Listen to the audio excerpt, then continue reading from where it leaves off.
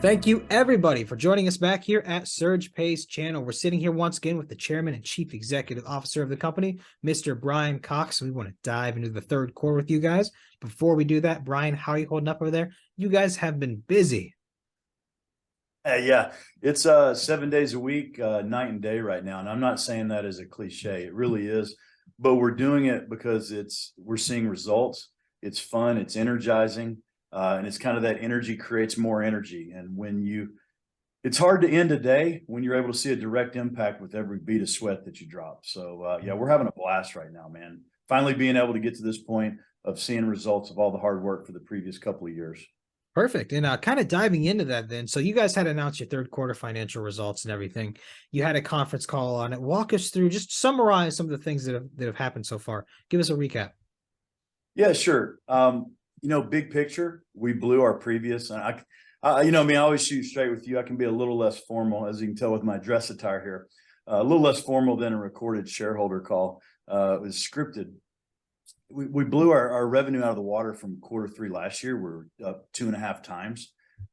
So that's one thing. And, keeping in mind too, we throttled sales during the whole third quarter because we've been working on our funding, that it was the non-dilutive, non-term debt funding that we've been putting this really unique facility together now for about 6 or 7 months. And, that really bluntly was my focus in quarter three, was getting this thing knocked out. So to be able to go 2.5x earnings, while that really wasn't your focus, it is pretty impressive. My team did a great job while my brain was over here getting these things knocked out. Across the board, things are pulling together. I think one of the unique things about Q3 was that, we've integrated our the mobile broadband government subsidized, benefit wireless software platform. We integrated it with our convenience store platform, where now we'll be the first company out there to be able to offer these enrollments, these activations through a convenience store. You didn't see the results in Q3 because we just got the integration done. But what's really cool about that, not only do we have a competitive advantage over any company out there doing ACP enrollments, but what's awesome is, look, it's fixing to get cold. It's already cold here in Memphis, 30-something degrees today. You can't set up a tent out on the corner in the community and do enrollments and do signups. But inside that store where our customer base is going 4 to 5 times a week, you can sign them up all day long, and knowing too that the SNAP EBT food stamps qualifies you. Every one of these convenience stores has the sign now. They all accept food stamps, and food stamps can be used for everything from a Monster energy drink to a Twinkie to a cup of coffee. So it's crazy. But our convenience store chain owners that we talk to estimate that 75 to 80% of their customer base in these even rural and urban community stores are, on government benefits. So it's going to be a really great way for the store owner to make additional money serving the base that he already has. And then for us to have a new input to service that market. And what's really cool, we finally get to merge in synergy both of our main revenue channels of the FinTech at the C store and then the mobile broadband wireless. And that's why we hired Jeremy to be president over here, to have a guy that now wakes up 5, 6, 7 days a week. And I told him our final thumbs up interview is very simple. I was like, Jeremy, 3 things: more stores transacting on the network, more sales per store, more margin per sale. You give me those 3 things, we'll get along just great, and I'll stay out of your sandbox. So he agreed, came on, been a great addition already, and we're already seeing results from him being on board. Wonderful. Yeah, it definitely sounds like you guys have been really nose to the grindstone this quarter. And a lot of what we're seeing now, we saw in these financial results, were things we talked about were more than likely coming. And as you said, it's been going great so far. But I'm kind of curious. Someone had asked, talking about, oh, you missed EBITDA, talking about this and that. But I feel like been relatively clear so far about what the overall strategy is. But can you just put a nail in the coffin of people with that mindset currently? Yeah, and everybody has a right to have their metrics that's important to them. My goals are aligned with the long-term shareholders, because I'm the largest shareholder. So all my decisions are based off what's best for the shareholder. Because look, call it selfish greed if you want. That's why I'm doing this, for the big picture play, 3 to 4 years from now, of attacking this underbanked market, building out our network as big as we can, and then let's see what happens at that point. So EBITDA, yes, earnings per share, it's a metric. It's important. It is.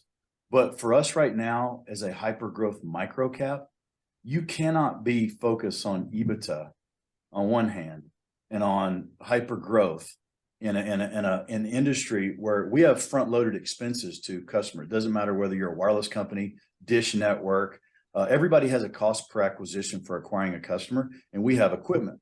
So those two things factor into a front loaded expense.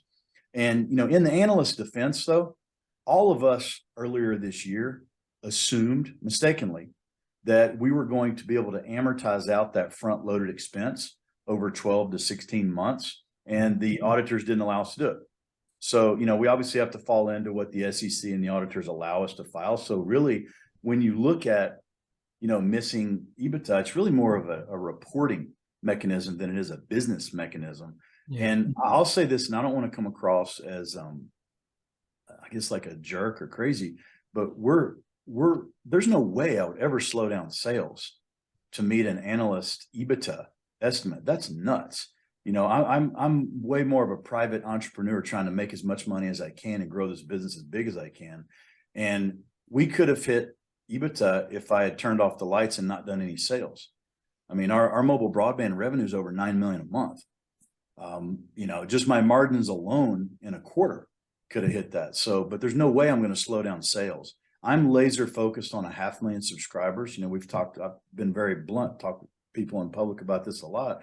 I know what 500,000 subscribers means to us from a profitability.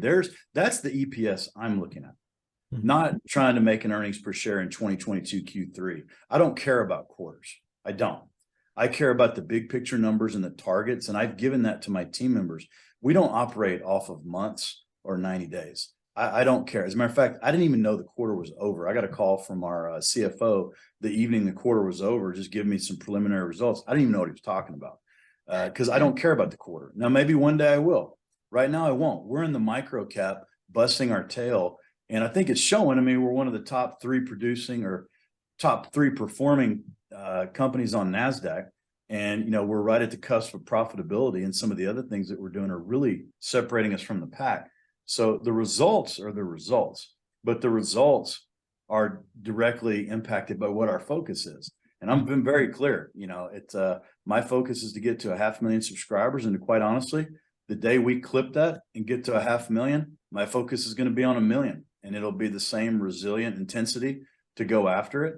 And again, I do believe one day as we work up the ladder to small cap and beyond, some of these other metrics will really factor in.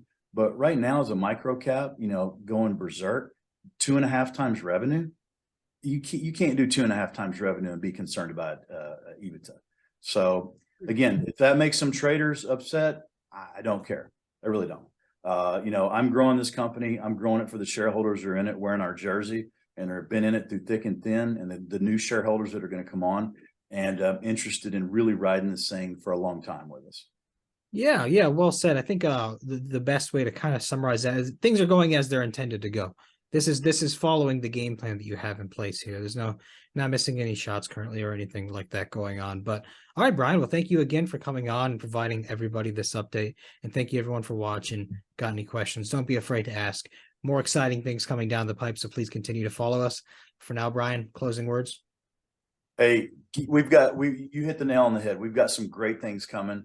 And it's only going to get better. Really excited about the near term and the long term with Surgepays.